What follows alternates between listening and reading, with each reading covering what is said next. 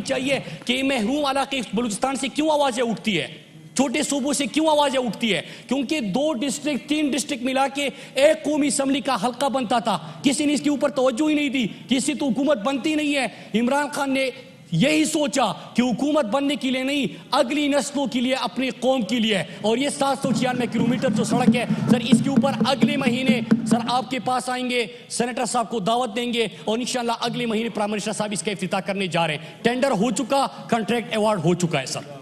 The calling attention notice is disposed of. Order number 14. There is a calling attention notice at order number 14 in the name of Senator Sharif Rahman. और अब बात करेंगे मौलाना फजलुर रहमान और नवाज शरीफ के दरमियान telephonic राब्ता, मुल्क की सियासी सूरत-ए-हाल और पीटीएम की तहरीक पर मुशावरत की। दोनों रहनुमाओं ने हुकूमत से निजात के लिए तहरीक को तेज करने, लॉन्ग मार्च और इन हाउस तब्दीली समेत मुख्तलिफ कौमी अमूर पर मुशावरत की। मौलाना फजलुर रहमान ने कहा, हुक्मरानों से अवाम को निजात दिलाने का वक्त आ चुका है। मौजूदा हुकूमत मुकम्मल तौर पर नाकाम हो चुकी है। नवाज शरीफ ने यकीन दहानी कराई कि पीटीएम जो फैसला करेगी, नून लीग उसका साथ देगी।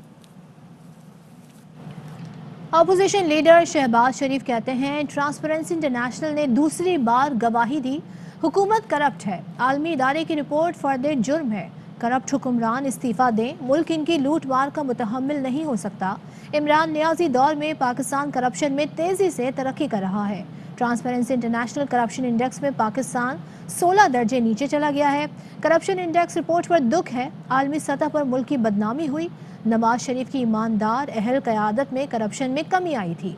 नून लीग दौर में करप्शन इंडेक्स में रैंकिंग 23 दर्जे बेहतर हुई थी। अफसोस, मौजूदा करप्ट टोले ने सारी मेहनत ज़ाया कर दी। वज़ीर मुमलिकत फारूक हबीब कहते हैं, शहबाज शरीफ धेले की नहीं बल्कि 16 अरब की मेगा करप्शन के मास्टरमाइंड हैं। शहबाज खानदान ने रमजान शुक्र मिल्स के 28 बेनामी बैंक अकाउंट्स कम तनख्वाहों वाले 14 मुलाजमिन के नाम पर खोले। इन अकाउंट्स के जरिए 16 अरब की मनी लॉन्ड्रिंग की गई। सिर्फ मकसूद चपड़ासी के अकाउंट में तकरीबन 4 अरब रुपए जमा कराए गए। यह है छोटे मियाँ की बड़ी करप्शन। 180 ममालिक में पाकिस्तान 140वें नंबर पर आ गया। पाकिस्तान में करप्शन क्यों बढ़ रही है? शाहिद खाकान अब्बासी का वज़ीर आज़म से सवाल।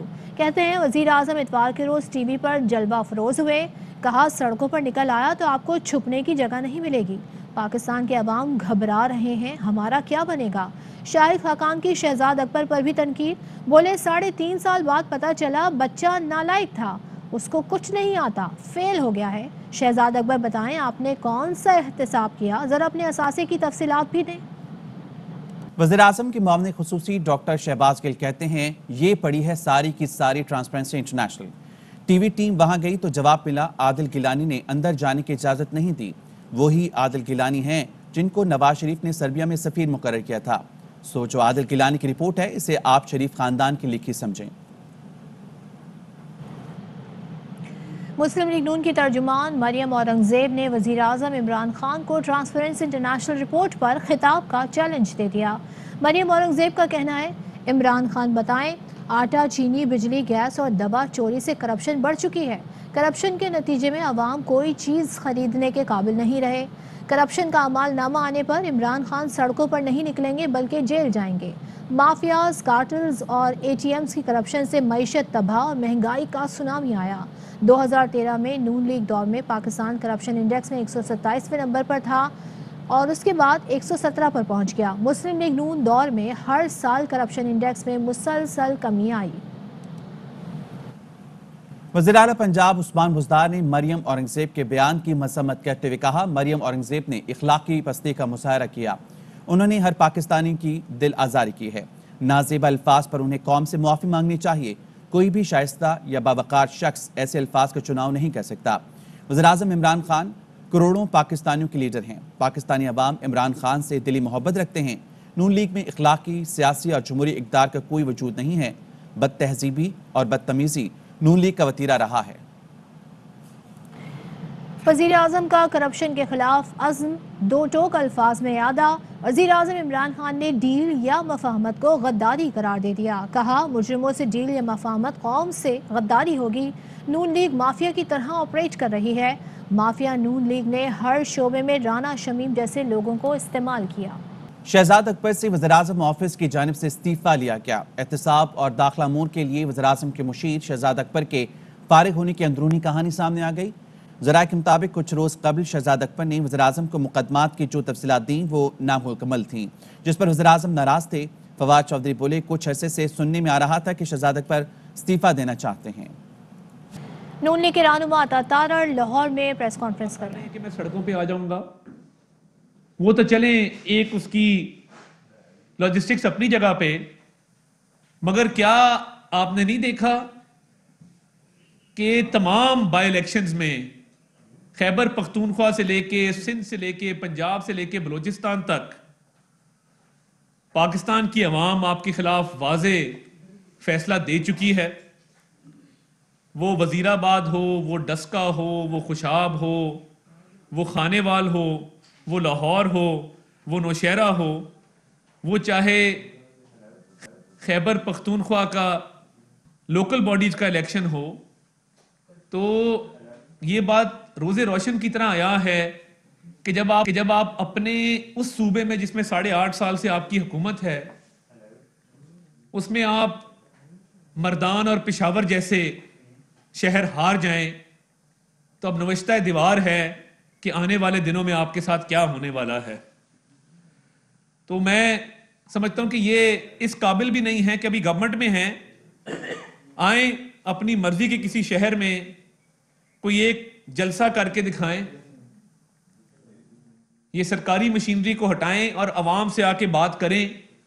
क्योंकि मैंने जो ऑन ग्राउंड पोजीशन देखी है, हम जो लोगों से मिलते हैं गली मोहल्लों में, बाजारों में, चौकों चौराहों में, लोगों में बढ़ती हुई महंगाई, बेरोजगारी, गुर्बत की वजह से जो गम गुस्सा है उसमें दिन ब दिन इजाफा हो रहा है।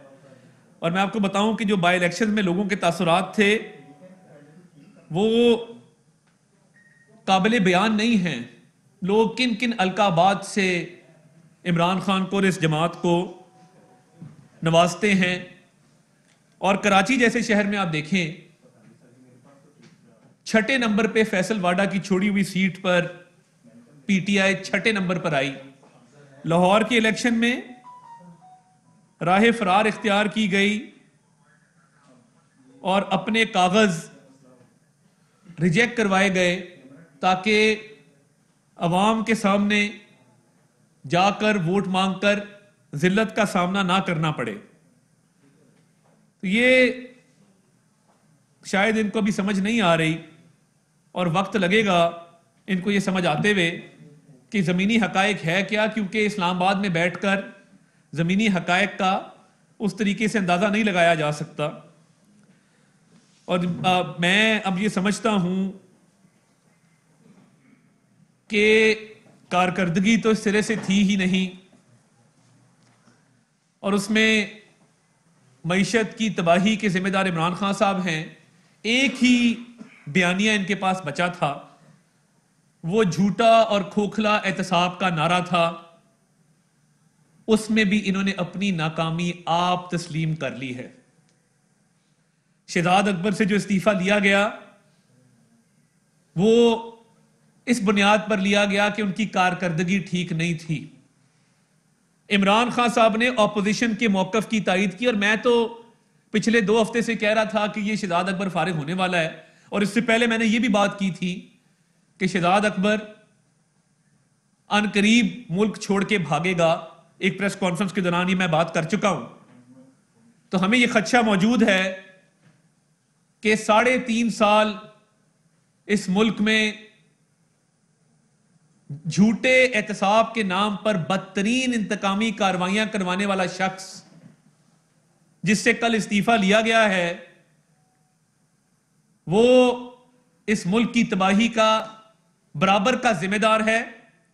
और मैं ये मुतालबा रखना चाहता हूं कि शहजाद अकबर क्योंकि भागने के मंसूबे बना रहा है, फिल फौर उसका नाम ईसीएल के अंदर डाला जाए।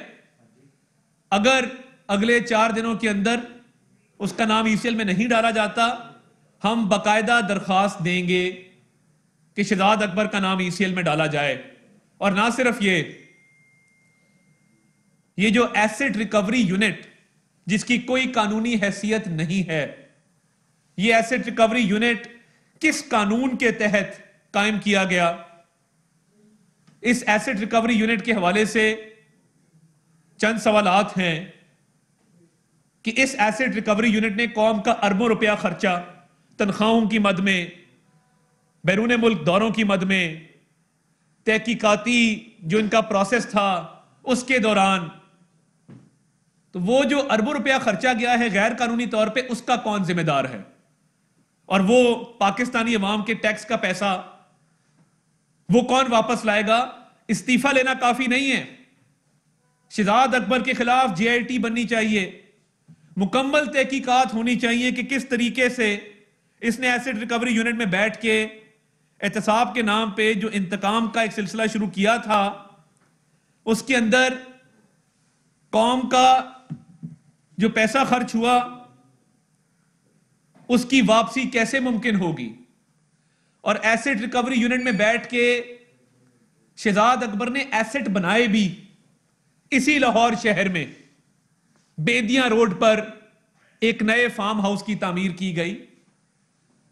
ये इक्तदार में आने से पहले या जब आप मुशीर लगे उससे पहले तो आपका लाहौर में कोई फार्म हाउस नहीं था। तो ये फार्म हाउस आपने किन जराए से बनाया और इसको डिक्लेयर क्यों नहीं किया? ये मेरा शहजाद अकबर से सवाल है। और जो इनकी स्पेन के अंदर प्रॉपर्टी है उस हवाले से भी वजाहत की जाए कि वो इन्होंने अपने अहलिया के नाम पे ये प्रॉपर्टी क्यों रखी हुई है। तीसरा मेरा सवाल शहजाद अकबर से ये है कि जब आपके भाई पर ये इल्जाम लगा कि वो रावलपिंडी की एक जमीन पर काबिज होने के लिए सरकारी मशीनरी इस्तेमाल करते हुए मौके पर पहुंचे थे, तो आपने उस जिले के DC और CPO का तबादला करवाया, यानी आपका भाई गैर कानूनी काम करे और उसकी सजा इंतजामिया को भुगतनी पड़े। शहजाद अकबर के जराइम की फहरिस्त ना खत्म होने वाली है। हम भरपूर कानूनी चाराजोई करने का हक रखते हैं और ये एसेट रिकवरी यूनिट के तहत जो एसेट्स बनाए गए हैं इसका एक एक पाई का आपको जवाब देना होगा। इस तरह आपको भागने नहीं देंगे। आपने इस मुल्क के एक एक तबके को टारगेट किया, सहाफियों से लेकर सियासतदानों से लेकर। आपने एक सिटिंग सुप्रीम कोर्ट के जज के खिलाफ रेफरेंस दायर करवाया। इस एसेट रिकवरी यूनिट ने आज तक आटे की जो चोरी थी, अरबों रुपए का स्कैंडल था, उसका नोटिस क्यों नहीं लिया? अरबों रुपए की चीनी चोरी हुई, उसका नोटिस क्यों नहीं लिया? अद्वियात का स्कैंडल है, मालम जब्बा का स्कैंडल है। आज अशियाए खुर्दनोश महंगी हैं क्योंकि आपने माफियाज को परवान चढ़ाया। तो ये एसेट रिकवरी यूनिट का काम नहीं था। एसेट रिकवरी यूनिट ने तमाम तोपों का रुख सिर्फ और सिर्फ ऑपोजिशन पर रखा और ऑपोजिशन के नुमाइंदों को एक के बाद एक पकड़ पकड़ के अंदर किया। तो अब आपकी बारी आने वाली है शहजाद अकबर साहब। इस्तीफा काफी नहीं है, इस्तीफे से बात अब नहीं बनेगी। आपको हर चीज का यहां पर हिसाब देना होगा और आपसे हिसाब लेंगे। और ये जो इमरान खान साहब ने कंटेम्प्ट ऑफ कोर्ट की अपने उस खिताब में और कहा, वाज़े अल्फाज में कहा कि अदलिया इस मुल्क पर रहम करे। दूसरी जानिब सेनेट इजलास से अली मोहम्मद खान इजहार ख्याल कर रहे हैं।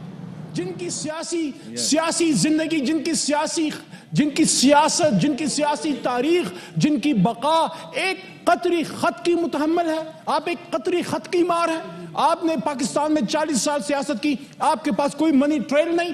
आज एक आम पाकिस्तानी छोटी सी मोटरसाइकिल खरीदता है, उसको पता होता है मैंने उस दुकान से फलानी तारीख पे ली थी पैसे, मैंने कौन सा गंदम बेच के मैंने अपनी वो मोटरसाइकिल खरीदी थी। एक आम पाकिस्तानी जो छोटा सा घर बनाता है, यहाँ पे आम सरकारी मुलाजिम जो ग्रेड 16 ग्रेड 17 का मुलाजिम है, वो जिंदगी भर पैसे जोड़ता है, उसको पता होता है मैंने कहाँ पे कौन सा घर खरीदना है। उसके पास तो मनी ट्रेल है, है, उसके पास तो रसीदें हैं। मुल्क का वजीर आजम ऐवान ज़हरी में खड़े होकर बात करता है कि हुजूर ये है वो जराए, और जब सुप्रीम कोर्ट में सवाल होता है उनका वकील कहता है वो सियासी बयान था।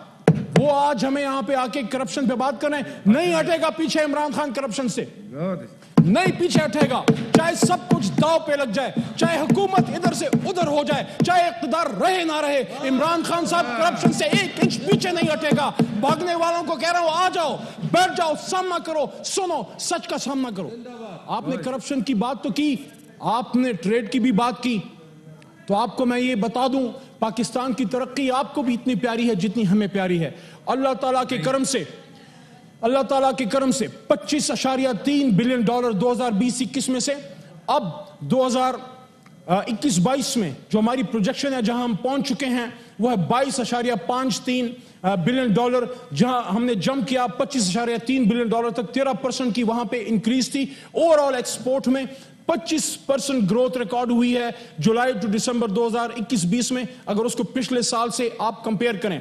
इस वक्त जो मैंने आपको फिगर्स देनी है वो आपके लिए, पूरे पाकिस्तान के लिए खुशी की बात होगी कि ये बात मानते हुए कि महंगाई का इशू है, लेकिन इस बात पे उम्मीद भी देते हुए कि इंशाल्लाह 3-4 महीनों में इस पे कमी आएगी। लेकिन जो फिगर्स मैं पाकिस्तानियों के सामने आज रखने जा रहा हूं, जो फाइनेंस डिवीजन, कॉमर्स डिवीजन, हुकूमत पाकिस्तान की ऑथेंटिक फिगर्स हैं, अल्लाह ताला के करम से मेरा मुल्क। अता तारड़ न्यूज़ कॉन्फ्रेंस कर रहे हैं। उसमें डिक्लेयर करें, बताएं उसका सोर्स ऑफ इनकम क्या है। आज तक उसका सोर्स ऑफ इनकम किसी को नहीं पता कि वो सोर्स कहां से आया, आपने कहां से वो पैसे बनाए। तो इमरान खान साहब, आज इस मुल्क में किसान को खाद नहीं मिल रही क्योंकि आपके माफियाज ने जखीरा अंदोजी की हुई है। आज आपके माफियाज किसान को खाद से महरूम कर रहे हैं और अगली दफा गंदम की फसल, उसकी पैदावार में कमी वाकई होगी क्योंकि आपके माफियाज ने पैसे खाए हुए। और आपने अदलिया पर तो चलें अटैक किया ही किया, और कंटेम्प्ट ऑफ कोर्ट की दौराने खिताब आपने शहबाज शरीफ साहब के हवाले से भी बातें की और उनको मुजरिम कहा। आज ट्रांसपेरेंसी इंटरनेशनल के तहत जो रैंकिंग्स आई हैं और उन्होंने पाकिस्तान का नंबर जो बताया है, आज आपका सर शर्म से झुकना चाहिए और आपको शर्म आनी चाहिए कि जिस तरीके से आपने इस मुल्क में करप्शन का बाजार गर्म किया है। आलमी इदारे कह रहे हैं कि आज पाकिस्तान में करप्शन में इजाफा हुआ है। हम जब 2013 में आए थे, पाकिस्तान 127वें नंबर पर था। हम जब 2018 में गए तो पाकिस्तान 117वें नंबर पे था। हमने 10 पॉइंट्स की बेहतरी की करप्शन परसेप्शन इंडेक्स में। आप जब आए तो हमने 117 पे छोड़ा था। आज पाकिस्तान 23 नंबर उसमें ऊपर गया है करप्शन के अंदर। 140 की आज रैंकिंग आई है, 140 की, जो हम 117 पर छोड़ के गए थे। 2019 में 120 पर आई, 2020 में 124 पर आई, और आज मजीद खबरों और रिपोर्ट्स बुलेटिन का हिस्सा बनाएंगे एक ब्रेक के बाद।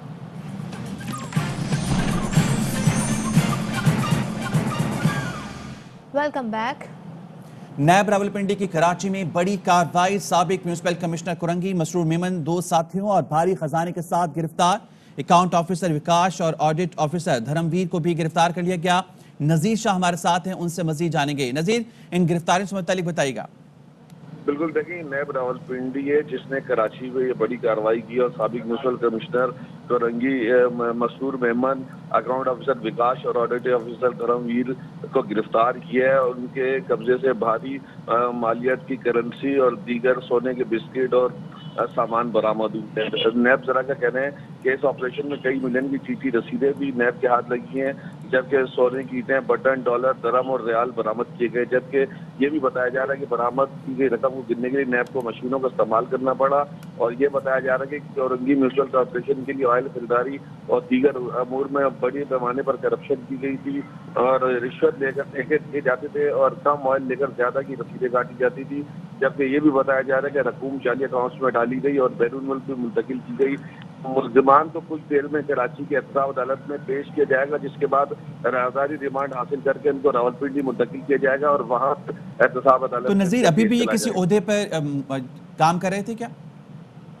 देखिए, इस वाले से जो तफसीलात सामने आई है, ये साबिक म्यूनसिपल कमिश्नर जो कोरंगी है, क्योंकि जिस वक्त ये करप्शन की गई उस वक्त का ओहदा बताया गया है, जबकि जो दीगर का बताया गया है उनमें एक अकाउंट ऑफिसर है और एक ऑडिट ऑफिसर है।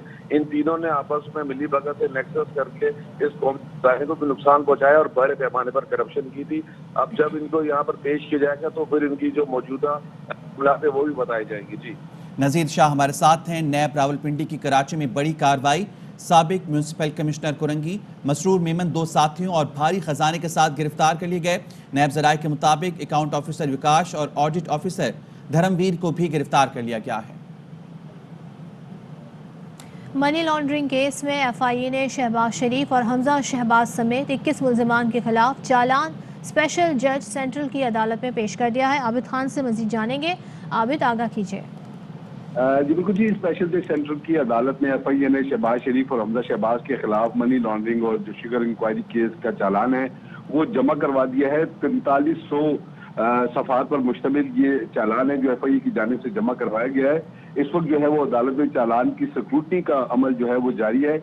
मैं ये बताता चलूं कि इससे पहले 9 मुल्जिमान जो थे, शरीक मुल्जिमान, उन्होंने अपनी जमानत करवा रखी है और अदालत ने 1 फरवरी को एफआईए से जवाब तलब कर लिया है, जबकि जो बैंकिंग जराइम कोर्ट है उसने ये चालान एफआईए को वापस करते हुए स्पेशल जज सेंट्रल की अदालत में जमा करवाने का हुक्म दिया था और शहबाज शरीफ और हमजा शहबाज को ये हिदायत की थी कि जिस अदालत में भी एफआईए चालान जमा कराएं वो अदालत वो जो है जमानत के लिए उसी अदालत के रूबरू पेश हो। अब 28 जनवरी तक जो है वो शहबाज शरीफ और हमजा शहबाज जो है वो हिफाजती जमानत पर है। उसके बाद वो स्पेशल जज सेंट्रल की अदालत में पेश होंगे और मजीद जमानत जो है वहां से हासिल की जाएगी। आबिद, बहुत शुक्रिया।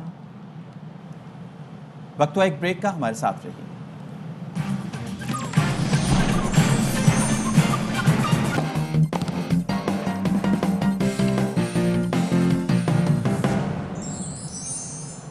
Welcome back. फुटबॉल फैंस के लिए बड़ी खबर, इंग्लैंड के मशहूर फुटबॉलर माइकल ओवन 3 रोज़ा दौरे पर पाकिस्तान पहुंच गए। माइकल ओवन 3 रोज़ा दौरे पाकिस्तान के दौरान सदर मुमलिकत, वज़ीर आज़म इमरान खान और आर्मी चीफ से मुलाकातें करेंगे। ARY न्यूज़ बुलेटिन से फिलहाल इतना ही। किसी भी खबर और उसकी अपडेट्स के लिए देखते रहिए ARY न्यूज़। अहम तरीन खबरें अब एक क्लिक की दूरी पर। आपके पसंदीदा टॉक शोज हों या अहम मुल्की या गैर मुल्की शख्सियात की न्यूज कॉन्फ्रेंसेस, हर लम्हा बाखबर रहने के लिए सब्सक्राइब करें हमारा YouTube चैनल। मौसम की सूरत हाल हो या खेल के मैदान से खबरें, अपने मोबाइल फोन से मुल्की और बैनुल-अक़वामी अहम खबरों तक रसाई के लिए डाउनलोड कीजिए मोबाइल ऐप। बावसूख ज़राए से मुसद्दिका खबरों, तज्ज़ियों और तबसरों से मुस्तफीद होने के लिए विजिट कीजिए पाकिस्तान की सबसे बड़ी न्यूज वेबसाइट www.arYnews.tv। इन सब के अलावा पाकिस्तान का सबसे बड़ा फेसबुक पेज हो, सबसे बड़ा न्यूज इंस्टाग्राम अकाउंट या फिर ट्विटर, ARY न्यूज पहुंचा रहा है खबरें सबसे पहले आप तक, ताकि आप रहें हर लम्हा बाखबर।